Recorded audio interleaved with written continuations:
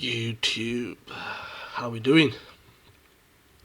So it's been long overdue. I've been thinking of making a video of Tekken 7.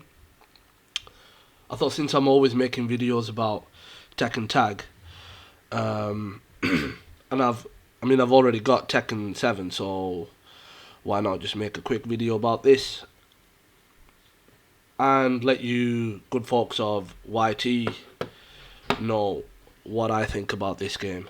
Initially, when this was well, not when it was released, but just prior to it being released, there was a lot of hype.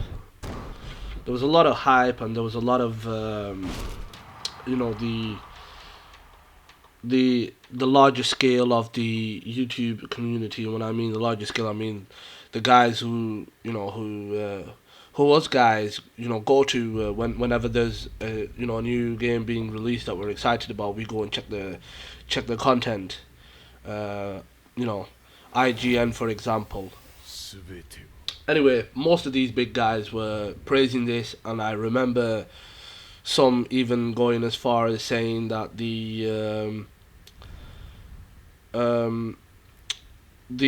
customization in this game was very, very deep. Now, I can't actually remember which or how many of them actually said that, but I do recall getting that sort of information. I can't remember it's just not coming into my mind. But anyway, I didn't actually pick this game up when it was released, but when it was released, shortly after it was released, I would say by the time at least 3 characters were available when by the time I got this game anyway. And let me just 1 second. I just want to check something. Yeah, one of the characters isn't actually downloaded for some reason. I don't know why. It's the guy from the Final Fantasy, the Noctis or whatever the hell he's called. But anyway, yeah, I've been kind of holding myself back because I have actually tried to make a video about this game in particular and how I feel towards it, because I mean it's an old game now, so there's no point pushing out a review or anything like that. Not that my YouTube channel is that big that I'm going to be pushing out reviews of games, but I'm just giving you guys a bit of insight, or whoever watches this a bit of insight as to how I feel towards this game. And I'm going to be honest with you, it's very hard to put into words of how I feel about this game. What I'm gonna do is I'm just gonna go through the basics, and then after that I'm gonna carry on speaking on how I feel. So you've got the story. Now it's called the Mission Saga for fuck knows why. You've got online, offline, you've got customization, gallery options, player information, Xbox store, and Ultimate Tekken Bowl. Now, if I can remember correctly, there was a bit of a hoo-ha about there not being Tekken Ball or something, and then they went on ahead and decided to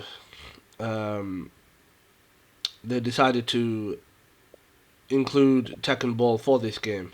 And there you go, you see, installed. Yeah, I mean I had this game installed, and due to lack of storage and space, I had to, I'm constantly having to delete games, install games, delete games, install games until I find a permanent, a permanent solution. Maybe get a bigger drive or something like that. I don't know. But anyway, yeah. So Tekken Ball, in my opinion, has to be the shittest option here. I'll quickly show you. All it is basically one pin. You got 2 players. I would say if you're probably playing with more than 1 player, you probably have a little bit of fun. Or if you're a bowling enthusiast, you would probably get a kick out of it. Personally, me, nah, I don't know, man. I wouldn't say it's.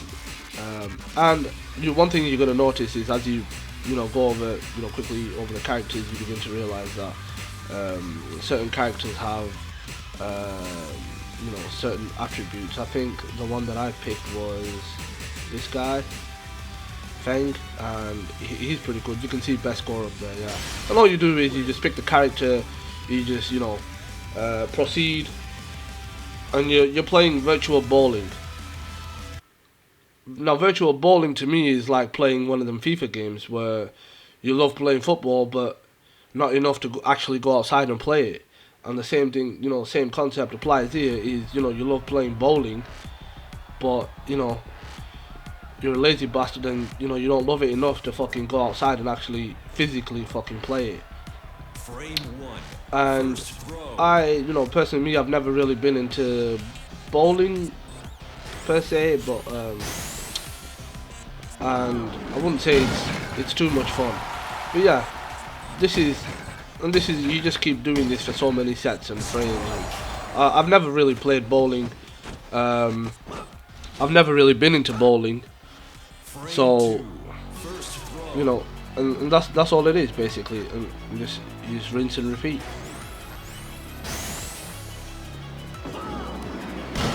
And there you go. Yeah, easy as that. So anyway, you just keep doing this for so many goals until you actually win the game and you get like a top score or some shit. And I think sometimes you even they give you money for it as well, in-game credits.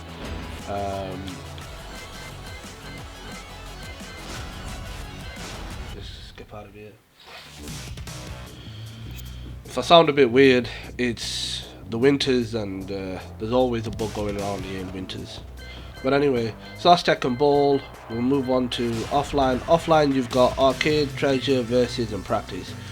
And now, here is where where you begin to notice a slight change. And the slight change is that in offline mode, you only get these 3 options. And in previous games, especially in Tekken Tag Tournament 2, you had a whole load of different offline options that you could just get into. But here, it's a very sort of slimmed down version. Online, you've got ranked player, tournament, and leaderboards. And that's pretty much it. We'll go back on and story. The story mode is so shit. I'm telling you. I don't understand why it keeps doing this. Why don't it just tell me what I've unlocked or some shit? But yeah, in story mode you've got the main story here, which I've already completed. But as I was saying, that I had to delete the game and reinstall it. I'll just quickly show it to you on achievements. Locked. No. How do I? Unlocked 43. Yeah, so got all these basically. As you can see, must be one here. Offline versus treasure. There you go. Finish the prologue of the main story. Finish chapter 1.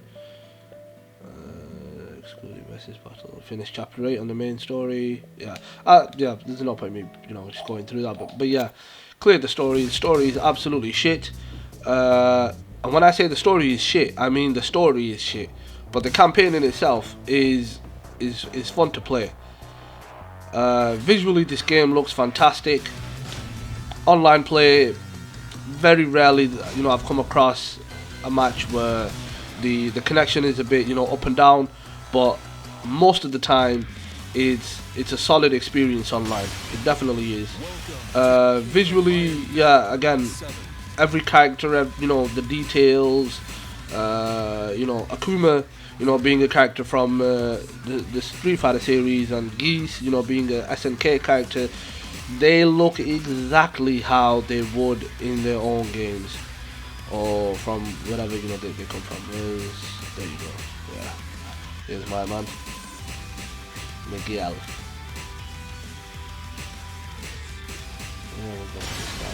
Yeah, so visually it looks really good. But when you begin to, go a little bit deeper into this game, you begin to realize that it's the game.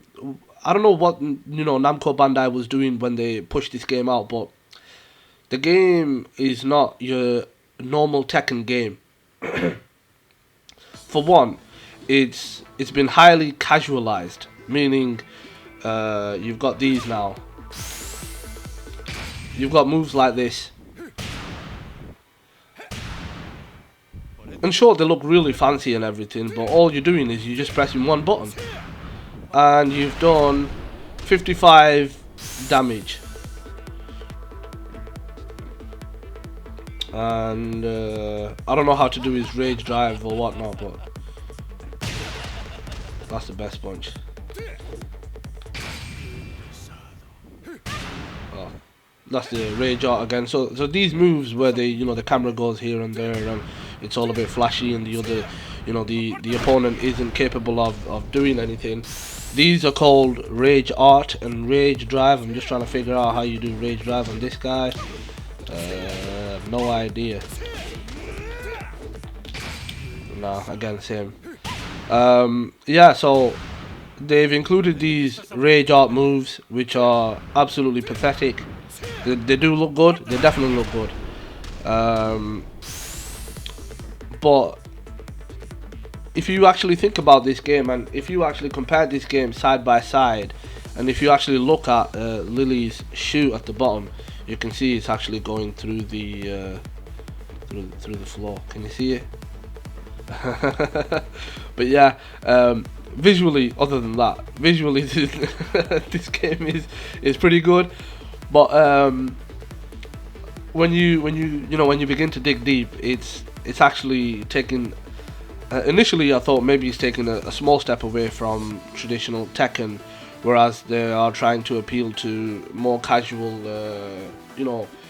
more casual fan base, and they want. And yeah, that's good. I mean, if fighting games, continuously stuck to the way they were and the way they are, then you're not really gonna get a new audience. You know what I mean? You need to try, a bit of things. And to me, Tekken 7 is trial and error. It's that type of a game. It's a trial and error game. To me, it seems kind of similar to Tekken 4, whereas Tekken 1 was good, Tekken 2 was better, Tekken 3 was definitely the best fighting beat 'em up out there at the time. No Street Fighter, no Mortal Kombat could touch Tekken 3. And then Tekken 4, boom, they fell, they fell flat on their face again. Tekken 5, sorry, was the rise up again. Tekken 6 was a very popular game, and Tekken Tag Tournament 2 has to be, in my opinion, the best Tekken out there. I have a lot of fun playing that game, even though it's an old game. And visually, Tekken Tag Tournament 2 looks the best, but it would be wrong to compare Tekken Tag Tournament 2 to Tekken 7, because Tekken Tag Tournament 2 is a game that was designed for previous generation consoles on, old gen hardware. This was designed on the latest gen hardware for the latest gen consoles. And when you actually go into this game visually, it's kind of strange. Although it looks really good, but for some strange reason, I don't know, maybe it could be my, the way that I, how I play it, or, my monitor or something, but the game looks overly, like, sort of softened up a little bit. The characters look like they've got this soft sheen on them, like, they've been sent onto the stage with 50 pounds of foundation or some shit. But everybody looks very, very, very smooth and soft, and it's kind of lost its sharpness a little bit. Whereas Tekken Tag Tournament 2, if you play it on the Xbox One X, it looks very sharp, very clean. That's one thing. Gameplay wise, yeah, again, like I said before, it's been highly casualized for the casual player.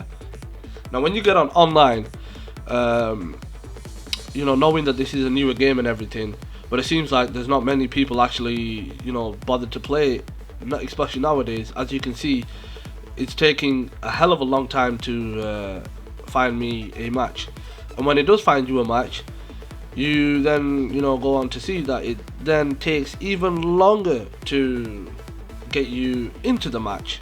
The whole syncing and shit takes absolutely ages. So in my opinion, this game is a big step backwards. You know what, I'm not going to waste your time just, you know, talking on it. What we'll do is we'll get out of here and we'll go on to offline. And arcade is your normal arcade where you know, you go through a certain set of you know, opponents until you reach the top boss. And I can't exactly remember who the end guy is, but I remember Jin being pretty much close to the last. Yeah. Treasure battle is where you unlock things that you can use as customization.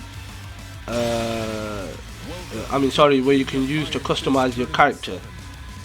Now I normally pick Miguel. Miguel is really easy to play with, and I was actually talking about this to someone before, about how it's not a piece of cake to get up to these, you know, destroyer ranks on Tekken Tag Tournament 2, but on this game I've literally been doing the one combo all the way through, every treasure battle, and I've got to destroyer rank. So again, you know, if you're an avid Tekken player, that can explain a lot to you. But yeah, this game, you know what, it's a big shame, and okay. Round 1. Fight.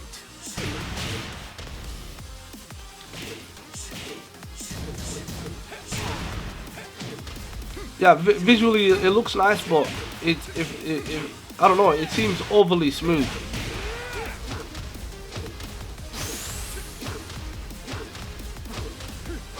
KO. And there you go. Round 2. And I'm telling you, this game is really easy. It's really easy to beat, especially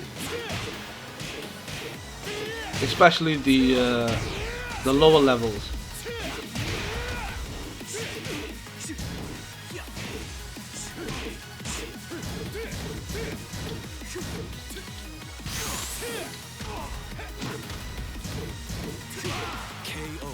Yeah, as you can see, you just carry on like this, and yeah. So yeah, you know what? I'm visually, I'm kind of 50-50 with this game. I like the way it looks. It looks really good.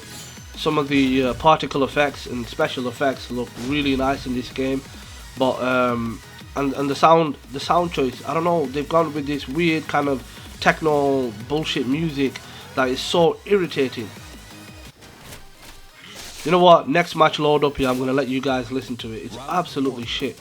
And stage design is very strange, in my opinion. You've got all these, you know, really interesting characters in a game where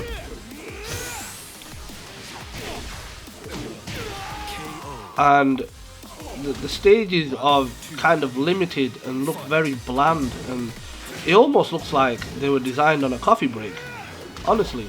Oh yeah, you know, we'll add a bit of a jungle, there'll be a little parrot flying in the background, there's going to be some trees and foliage, and it's going to look really nice, and they'll be able to fall off the edges, and that's it. Yeah, it's like no thought has, you know, has gone into typical when you're trying to show people how easy this game is. This guy's kind of kicking my ass.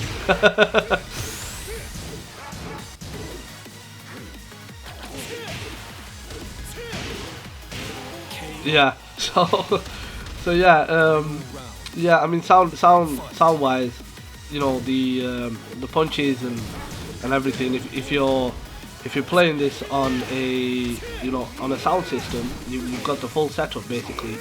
It's gonna sound really good because some of the effects do sound really nice.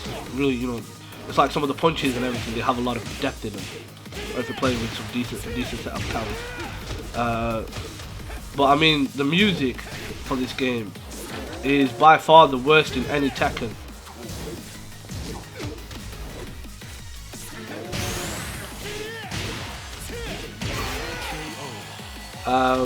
Bloodborne Lover. Oh yeah, you know what? He's one of my good old Tekken Tag Tournament friends, and we often converse on Xbox Live.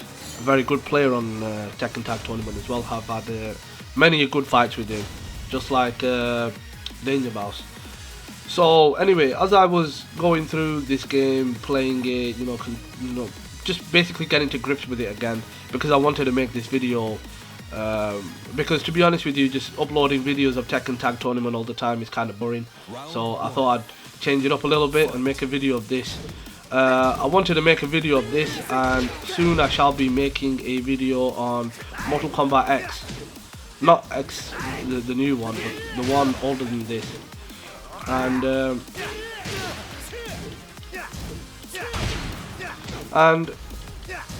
as I made one video, and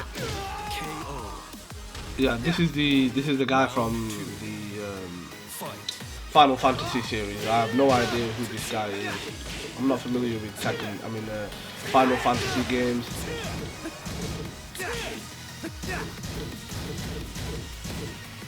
But believe me, this guy is really easy to play. And